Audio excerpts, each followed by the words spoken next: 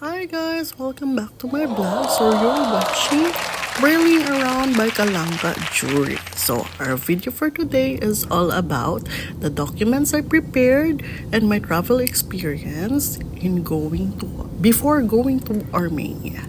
So first, I set a date when ko moadto og Armenia.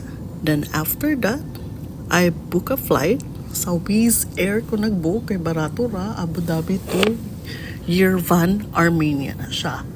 And then after I book a flight, niadto na ko sa website sa government sa Republic of Armenia. Ang akong gipili, visit visa 21 days lang. So, nag-book ko na $7 lang. Karon kini update siya into $8. And then sa application ako sa Republic of Armenia na website, ang akong gi-upload na documents is my passport copy, and then my Emirates ID, and then my accommodation booking, and then my flight ticket. Then, after that, nibayad ko through my debit card. And then after that, dali ra kayo siya guys. Naka-receive kong email about sa payment. And then the next day, naka-receive ko sa akong visa approval.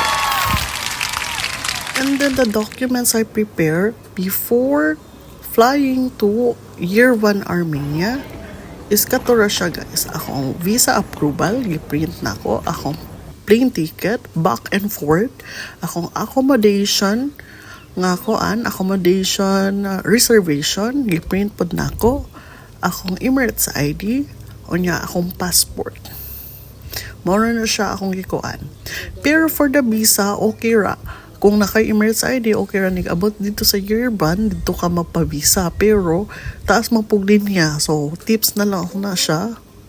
Mudrikso na lang mo dito sa Republic of Armenia na website, sa ilang government mismo, then mag-apply kag visa on your own, then pay, then mas madali pa nig-abot ninyo sa Armenia. And then pag-abot na mo sa Armenia, gihatag na ako tanan akong kuan papers, pero unang gipangayo sa immigration is my passport. And then after that, ako nang gihatag ang visa, tanan nga akong gi-prepare nga docs, then gitatakan na, then rikso na guys. And then tiyadang maglaag-laag na dayon.